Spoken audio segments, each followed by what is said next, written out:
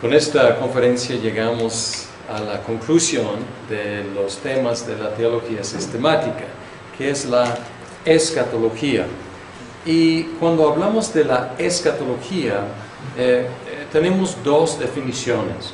La definición común es que la escatología tiene que ver con las últimas cosas, y de hecho es lo que la palabra significa. El escatón es el final. Entonces, escatología son las últimas cosas.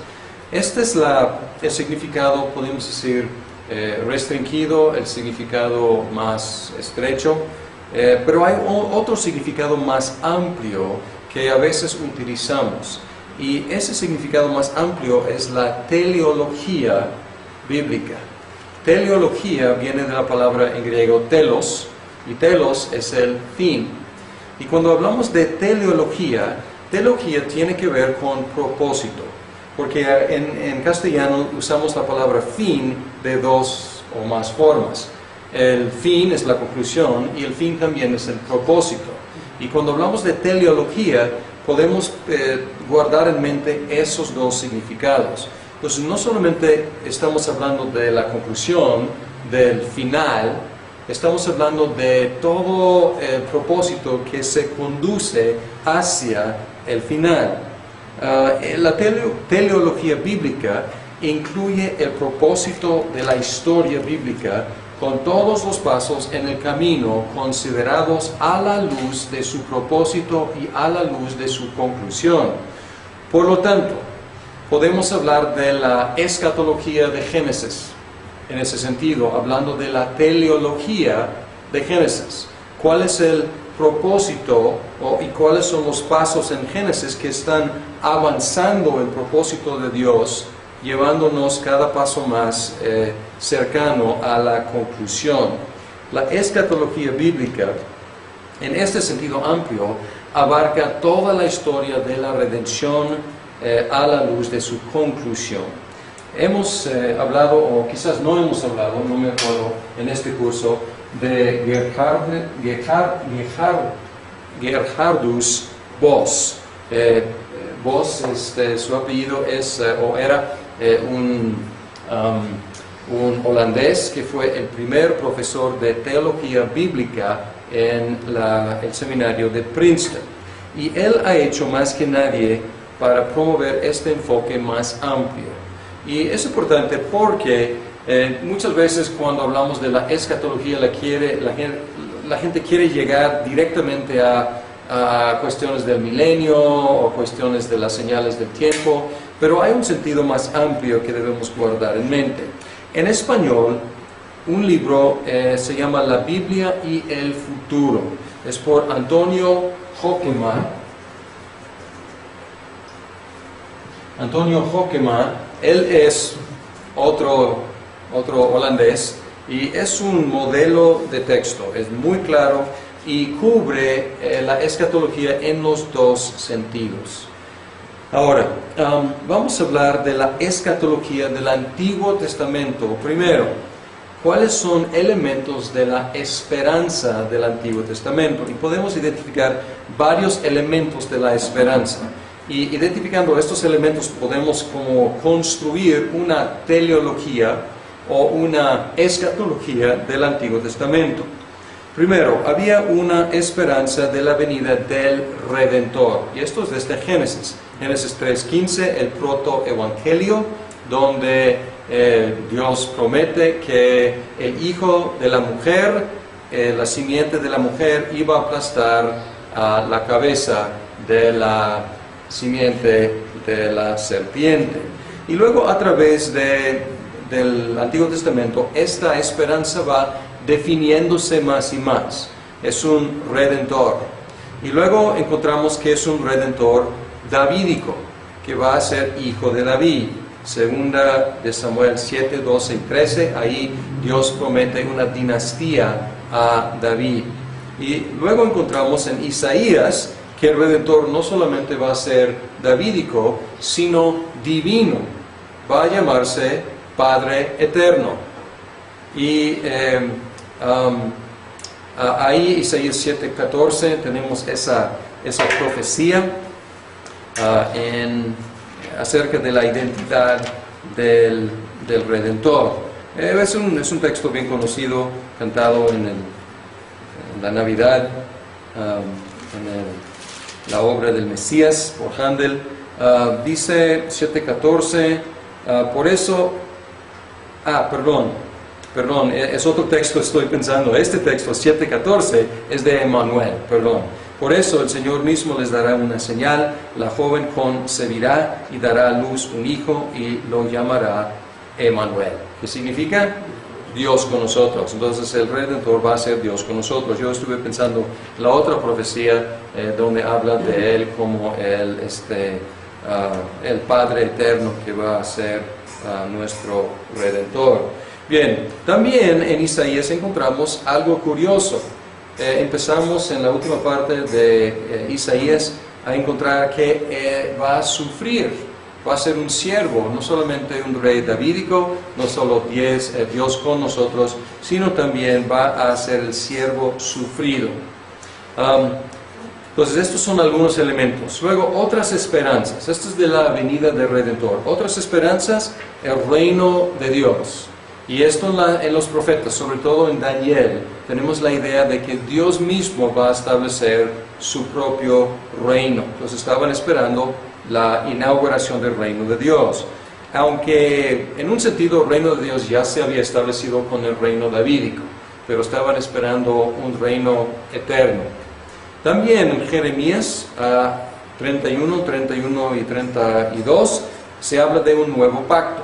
Había una serie de pactos, parte del pacto de gracia, pero había esperanza de un nuevo pacto.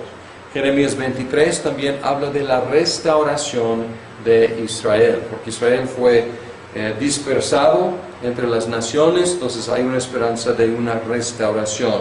En Joel 12, 28 y 29, hay una esperanza del derramamiento universal del Espíritu Santo, no solamente sobre algunos cuantos profetas, sobre algunos cuantos reyes, algunos cuantos sacerdotes, sino sobre mayores y menores, sobre mujeres, sobre hombres.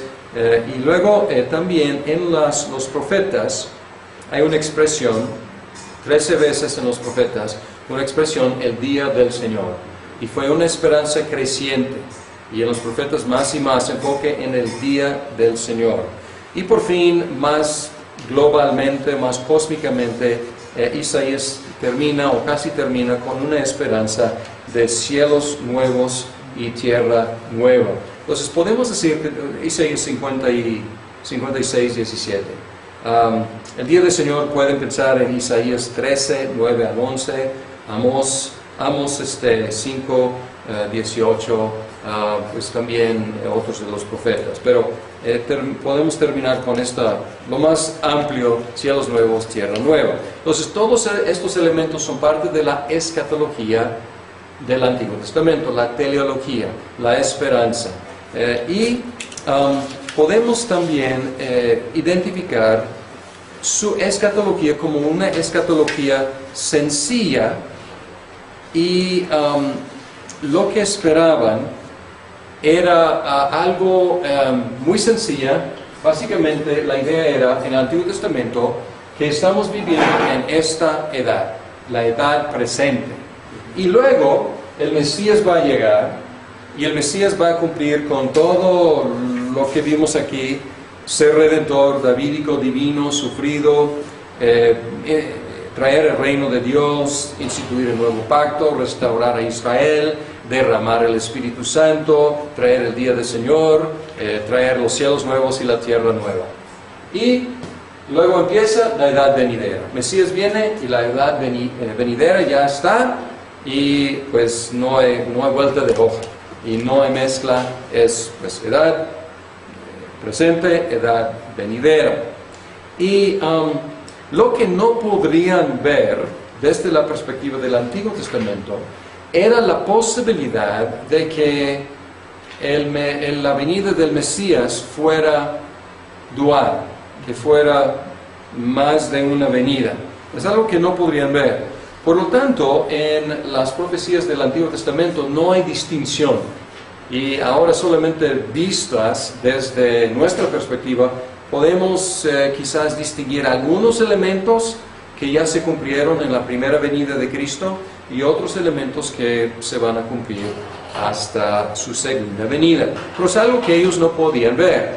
Y si piensan en una vista, si tú estás muy lejos de algo, vamos a decir que tú ves dos árboles y estás muy lejos y parece que estos árboles están pegaditos.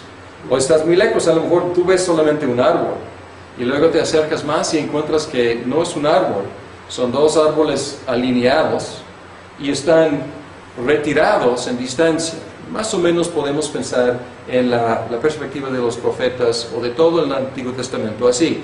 No podían apreciar que ese árbol era dos y que los árboles estaban retirados. Entonces, ¿qué encontramos en el Nuevo Testamento?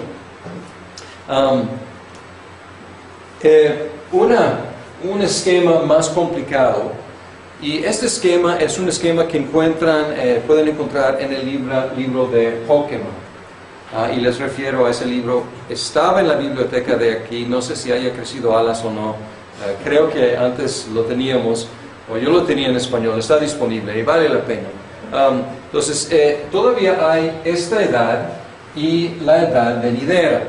Pero si tomamos en cuenta una venida, primera venida de Cristo, y la segunda venida de Cristo, hay un traslape.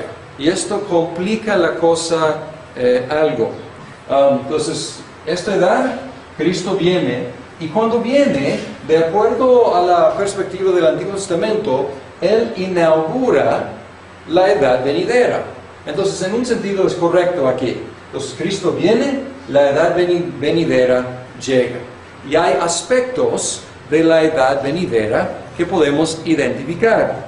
Por ejemplo, el reino de Dios. Cristo decía que el reino de Dios está entre ustedes. Podemos pensar en el derramamiento del Espíritu Santo sobre toda la carne, pues creyente. Podemos pensar en la venida del Redentor davídico, divino, y el siervo como siervo sufrido. Entonces podemos pensar que en un sentido está bien esta perspectiva. Sin embargo, con la venida dual de Jesucristo, no todas las cosas de la esperanza del Antiguo Testamento estuvieron o fueron cumplidos. Entonces tenemos la segunda venida y mientras tanto estamos en un periodo de traslape. Y en este traslape vivimos algunos aspectos de esta edad todavía. El pecado sigue. En este esquema, el pecado, ya llegando al Mesías, ya se acaba. Ya no hay pecado, ya no hay maldad, pero nosotros seguimos experimentando algunos elementos de esta edad. Sin embargo, también al mismo tiempo experimentamos algunos aspectos de la edad venidera. Entonces hay un traslape. ¿Y cómo se llaman estos días? Se llaman los últimos días. Dos veces por lo menos en Hechos 2:17, cuando Pedro está explicando lo que pasó con explicando lo que pasó con el Espíritu Santo, citando el profeta Joel, dice, en los últimos días, esto va a pasar. ¿Qué va a pasar? El Espíritu iba a ser derramado sobre toda carne. Entonces, pues anunció que esto marca los últimos días. También Hebreos 9:26 dice que estamos en los últimos días. Pues a veces yo he jugado con amigos que están viendo el periódico y eventos y dicen, oye, ¿tú crees que estamos en los últimos días? Y yo digo, por supuesto estamos en los últimos días desde que Cristo vino. Ahora, en Juan 6:39 habla del último día, en distinción de los últimos días en general, habla del último día. Y el último día es la segunda venida de Jesucristo. Entonces aquí todo lo que hace falta de toda la esperanza del Antiguo Testamento y toda la esperanza del Nuevo Testamento, lo que hace falta de cumplirse ya se cumple.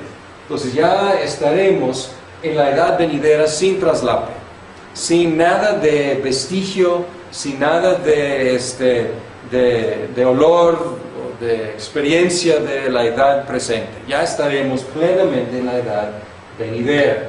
Entonces podemos hablar de la escatología con estas palabras. Y encontramos tensión en el Nuevo Testamento, y este esquema nos ayuda a explicar muchas cosas. Tenemos el ya y el todavía no.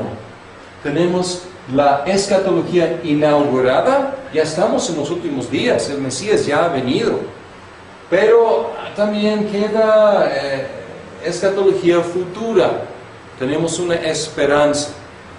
Pues ejemplos, Cristo anunció que el reino de Dios se había acercado, que ellos estaban experimentando el reino de Dios, y luego enseñó a sus discípulos a orar, diciendo que venga tu reino. ¿Cuál es? ¿Está o viene? Sí, exactamente. Y podemos, cosa que hicimos rápidamente en una conferencia anterior, ¿somos justificados? Por supuesto. ¿Seremos justificados en el último día delante del trono de Dios? También. ¿Somos hijos adoptivos de Dios? Cierto. ¿Estamos esperando la redención del cuerpo, que es nuestra adopción final? Sí. ¿Y tenemos el poder del Espíritu Santo en nuestras vidas? Sí. ¿También el pecado sigue viviendo en nosotros? Sí. Y esta es parte de la tensión. Y en Romanos 8 se expresa muy claramente esa tensión, porque dice que toda la creación está viviendo en los últimos días, está gimiendo. Y dice que nosotros también, que hemos experimentado, recibido las primicias del Espíritu, estamos gimiendo también. ¿Por qué? Porque estamos, no quiero decir atrapados, pero estamos en suspenso entre el ya y el todavía no. Si no tuviéramos las primicias del Espíritu, no estaríamos gimiendo. ¿Por qué? Estaríamos felices de la vida en esta edad, sin ninguna tensión. Y si no estuviéramos esperando algo mayor, tampoco estaríamos gimiendo. Entonces es la posesión actual que tenemos y la esperanza futura que tenemos, que nos mantiene en un tipo de tensión entre el ya y el todavía no. Entonces aquí estamos hablando de la escatología, teleología bíblica, en términos más amplios. Y podemos ver que este esquema abarca toda la historia de la redención, no solamente algunos cuantos eventos al fin de la historia. Entonces, una cosa que Cristo dijo, que es el reino iba a crecer paulatinamente. Y esto habría caído como sorpresa para los que tenían este esquema. Porque ¿se acuerdan de las parábolas? Pues tenía parábolas de la semilla de mostaza, parábola de la levadura en una masa, y la idea era que iba a crecer paulatinamente. Pues, y esto no checa con este tipo de escatología, pero con este tipo sí. Durante este tiempo, los últimos días, ¿qué está pasando? El reino está creciendo paulatinamente. Bien, esta es escatología en general del Nuevo Testamento. Ahora, en Berkhof también, él divide escatología en escatología individual y escatología general, creo que él así la llama, ¿no? Y vamos a hablar hoy de la escatología, o más bien en esta sesión de la escatología individual, y luego en la próxima conferencia un poco de la escatología universal o general. Escatología individual. ¿Cuáles son los elementos de la escatología individual?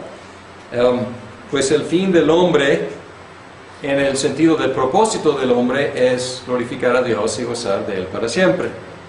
El fin del hombre en el sentido de que de el final del hombre, la conclusión es que vamos a morir. O sea, en nuestra historia, en esta tierra, es nuestro fin, a menos que Cristo venga antes. Pero la muerte física, ¿qué es la muerte física? Y interesante, en Berkhof, él habla un poco, expresa un poco de escepticismo, o más bien ignorancia, porque una de las preguntas más difíciles de contestar es ¿qué es la vida? Y si tenemos dificultad en definir qué es la vida, es difícil definir qué es la muerte. Pero hablando de la muerte física, porque podemos hablar de muerte en otros sentidos, la Biblia habla de la segunda muerte, que es algo que dura durante todo el resto de la eternidad. Pero la muerte física, ¿qué es la muerte física? Podemos ver, recordando un poco de lo que vimos en la antropología, la muerte física es una ruptura de la unidad esencial del hombre. Y en este sentido no es algo natural, cosa que enfatizamos en la antropología. Santiago 2:26 dice, el cuerpo sin el espíritu está muerto. Entonces ahí hay una buena definición de la muerte. La ruptura de la unidad esencial del hombre. A lo mejor no debo decir esencial, porque si fuera esencial no podríamos existir sin esa unidad. Pero puedo decir la ruptura de la unidad creativa del hombre, o la unidad fundamental del hombre. Es algo que en un sentido no debe pasar, es una anomalía y es una situación temporal, como vamos a ver con la resurrección. Entonces es una fractura.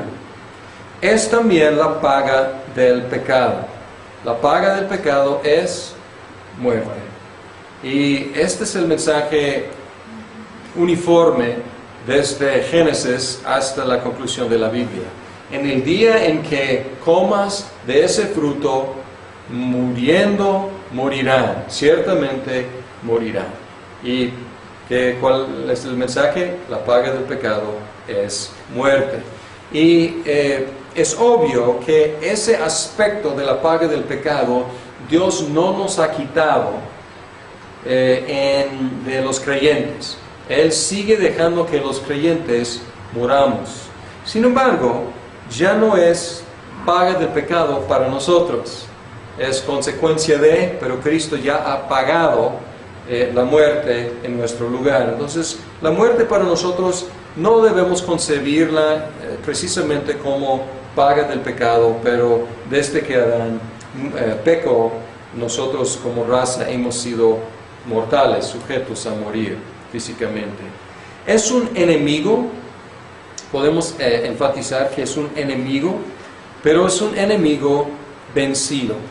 Y ahí es algo de la tensión en cuanto a nuestra relación con el pecado. Y debemos afirmar los dos aspectos. Al final de 1 de Corintios 15 hay una celebración y hasta una burla de la muerte. Y Pablo está citando el Antiguo Testamento y diciendo, ¿dónde está, oh muerte, tu aguijón? ¿Dónde está, oh muerte, tu victoria? Y dice que la muerte ha sido devorada por la victoria. Pero es enemigo, o sea, no es nuestro amigo, no es algo que sea bueno, pero al mismo tiempo es un enemigo vencido. Y estos dos aspectos debemos guardar en mente para no romantizar la muerte, porque la Biblia no tiene una perspectiva romántica sobre la muerte, como si fuera algo bueno o algo natural. Es un invasor, es una anomalía, pero ya con la muerte y la resurrección de Cristo ya no tiene pavor para nosotros, ya no es un enemigo que nos pueda destruir, al contrario, la misma muerte va a ser destruida. Ahora, la inmortalidad. Otra vez, ya critiqué en el tema de la antropología esta expresión, la inmortalidad del alma. Y mencioné que es una enseñanza más griega que bíblica, por lo menos en una forma de concebirla, como si fuera la inmortalidad fuera algo innato en el alma humana. Y la enseñanza bíblica no es precisamente esa. Dice en Primera de Timoteo que Dios es el único que tiene en sí inmortalidad. Primera de Timoteo 6:6. Y en un sentido estoy repitiendo algo de lo que ya dije, pero vale la pena mencionar otra vez. Dice, es cierto,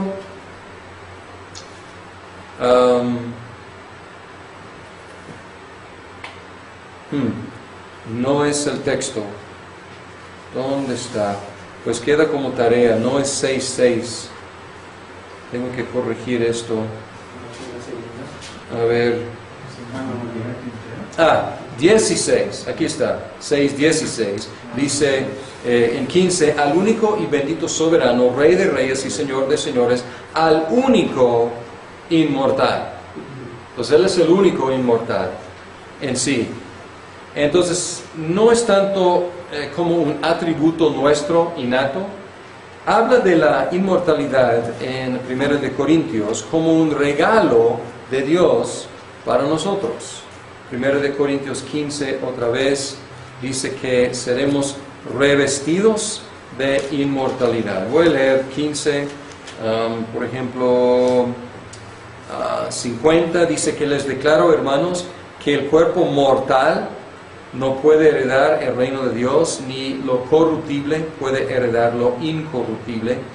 Fíjense bien en el misterio que les voy a revelar. No todos moriremos, pero todos seremos transformados un instante, abrir y cerrar de ojos, al toque toque final de la trompeta. Dice, pues sonará la trompeta y los muertos resucitarán con un cuerpo incorruptible y nosotros seremos transformados. Porque lo corruptible tiene que revestirse de lo incorruptible y lo mortal de inmortalidad.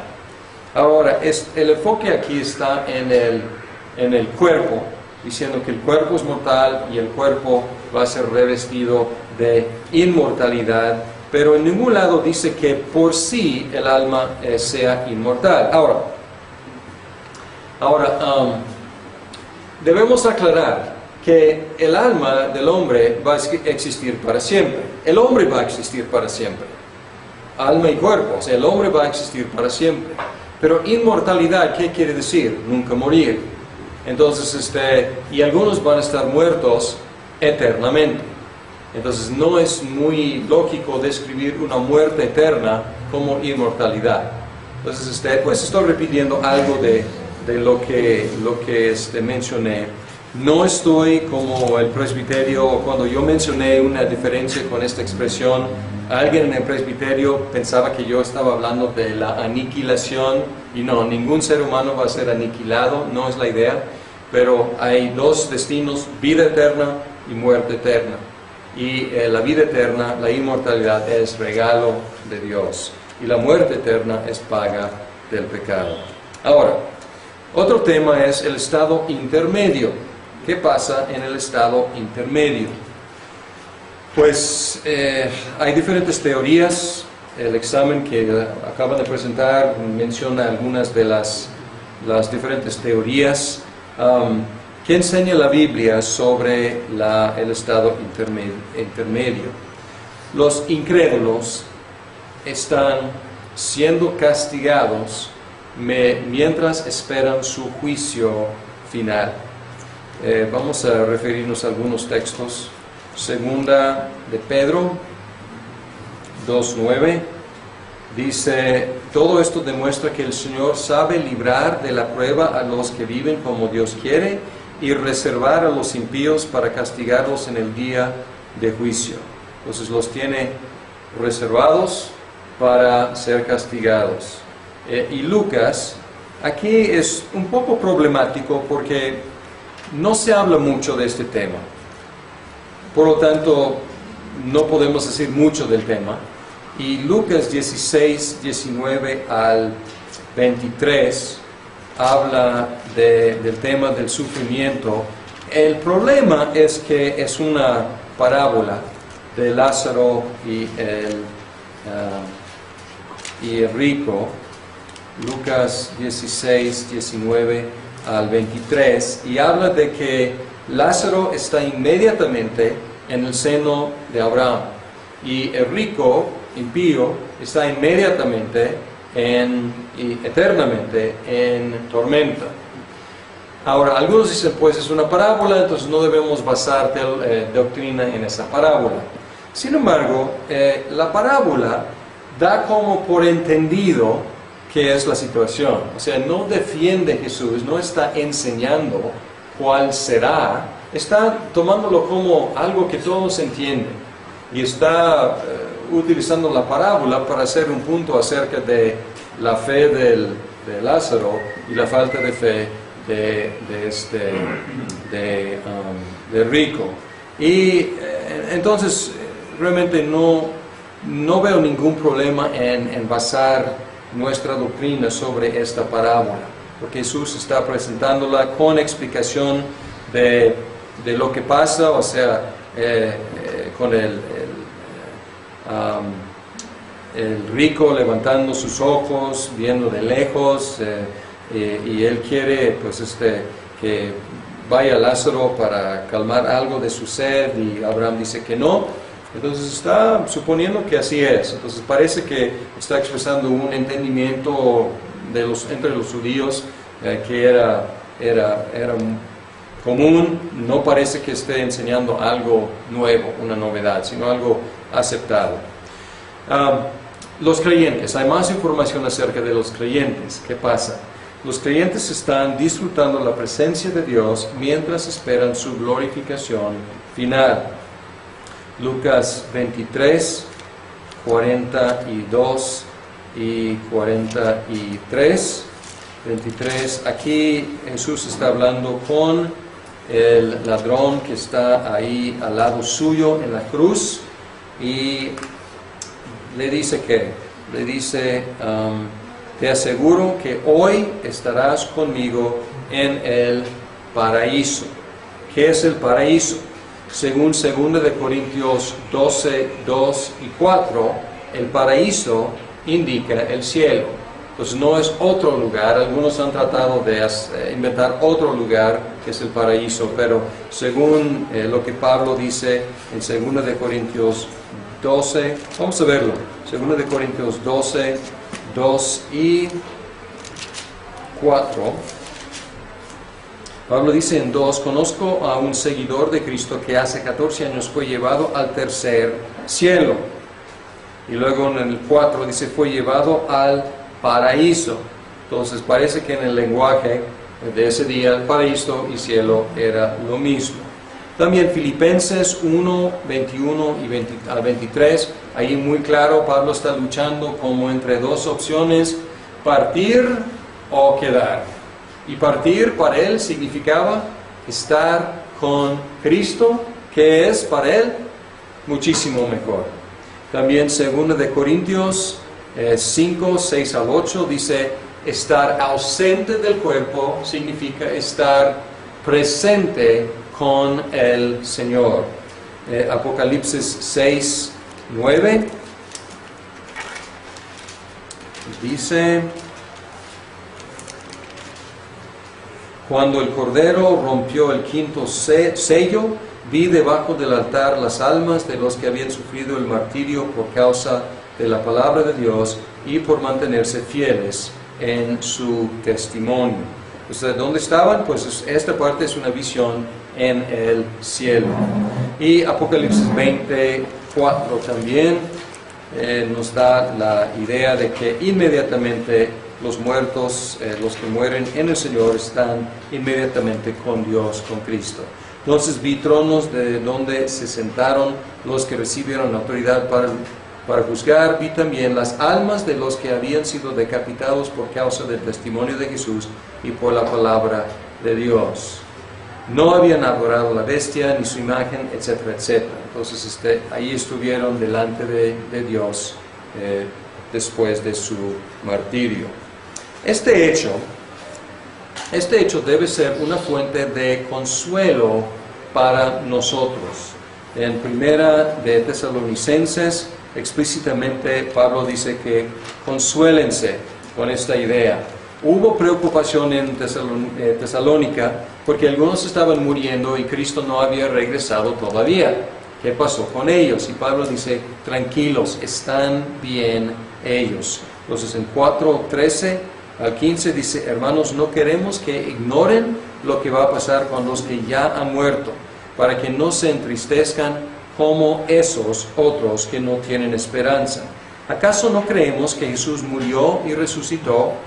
Así también Dios resucitará con Jesús a los que han muerto en unión con Él. Conforme a lo dicho por el Señor, afirmamos que nosotros, los que estemos vivos y hayamos quedado hasta la venida del Señor, de ninguna manera nos adelantaremos a los que hayan muerto. Y luego, en Romanos 14, 6 al 8, hay esperanza para nosotros. 14, 6 al 8.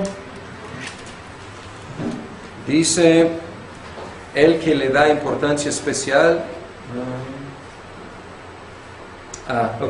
Está hablando de comer y beber, pero luego dice que en 7, ninguno de nosotros vive para sí mismo, ni tampoco muere para sí. Si vivimos, para el Señor vivimos. Si morimos, para el Señor morimos. Así pues, sea que vivamos o que moramos, del Señor somos. Entonces, en un sentido es un poco indiferente para el creyente. Si vive o muere, somos del Señor. Entonces, es consuelo para nosotros. Y Romanos 8, 38 y 39 dice que ni la misma muerte nos puede separar del amor de Dios en Cristo Jesús, Señor nuestro.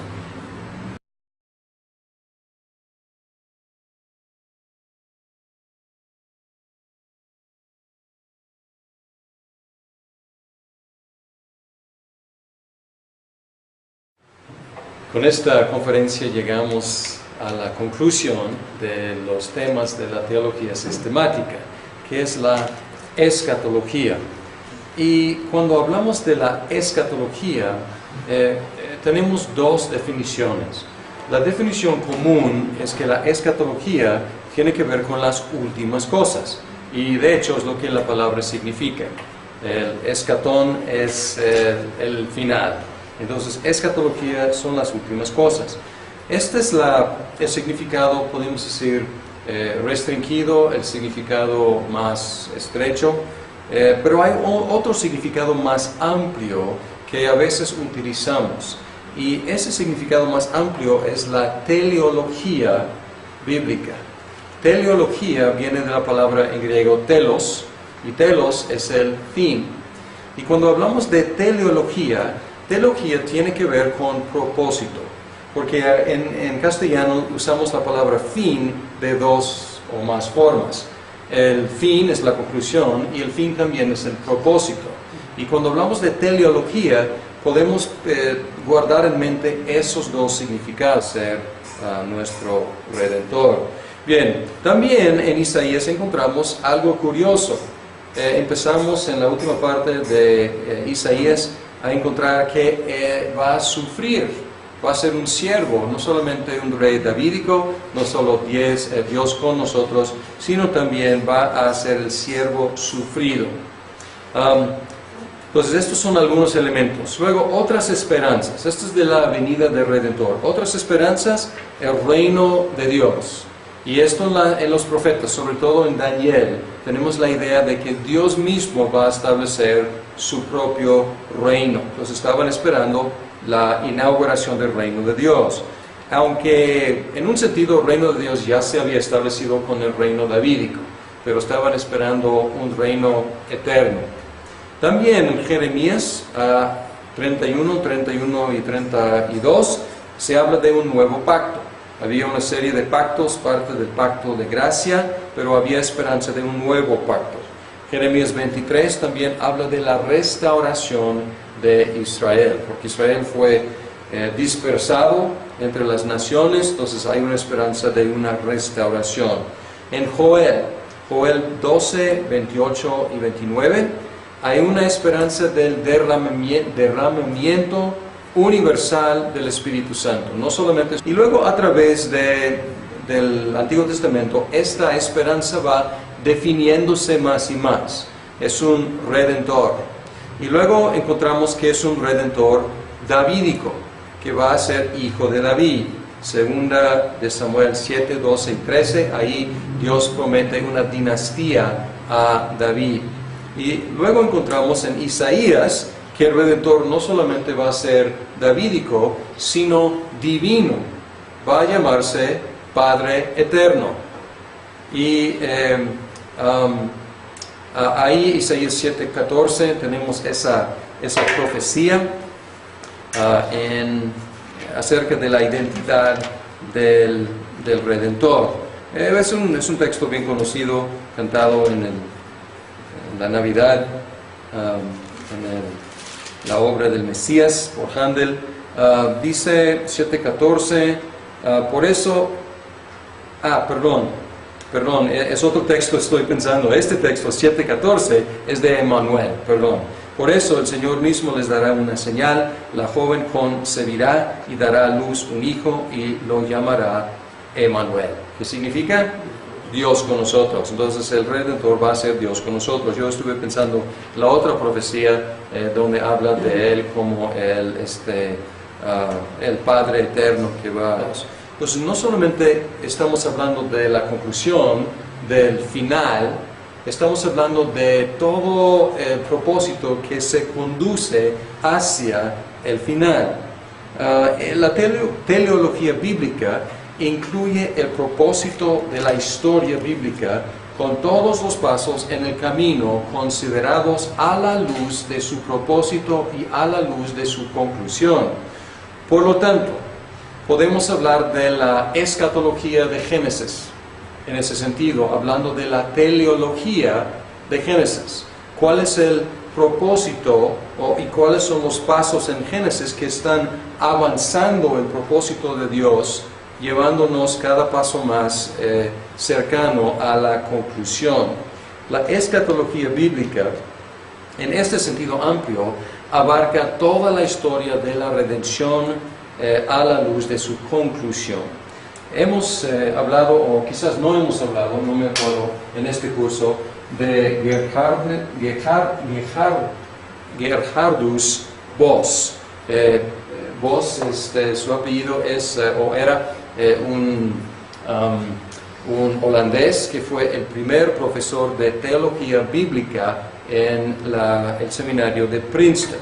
Y él ha hecho más que nadie para promover este enfoque más amplio. Y es importante porque muchas veces cuando hablamos de la escatología la gente quiere llegar directamente a cuestiones del milenio o cuestiones de las señales del tiempo, pero hay un sentido más amplio que debemos guardar en mente. En español, un libro se llama La Biblia y el futuro. Es por Antonio Hoekema. Antonio Hoekema, él es otro holandés y es un modelo de texto, es muy claro y cubre la escatología en los dos sentidos. Ahora, vamos a hablar de la escatología del Antiguo Testamento. Primero, ¿cuáles son elementos de la esperanza del Antiguo Testamento? Y podemos identificar varios elementos de la esperanza. Y identificando estos elementos podemos como construir una teleología o una escatología del Antiguo Testamento. Primero, había una esperanza de la venida del Redentor. Y esto es desde Génesis. Génesis 3:15, el protoevangelio, donde Dios promete que el hijo de la mujer, la simiente de la mujer, iba a aplastar la cabeza de la simiente de la serpiente.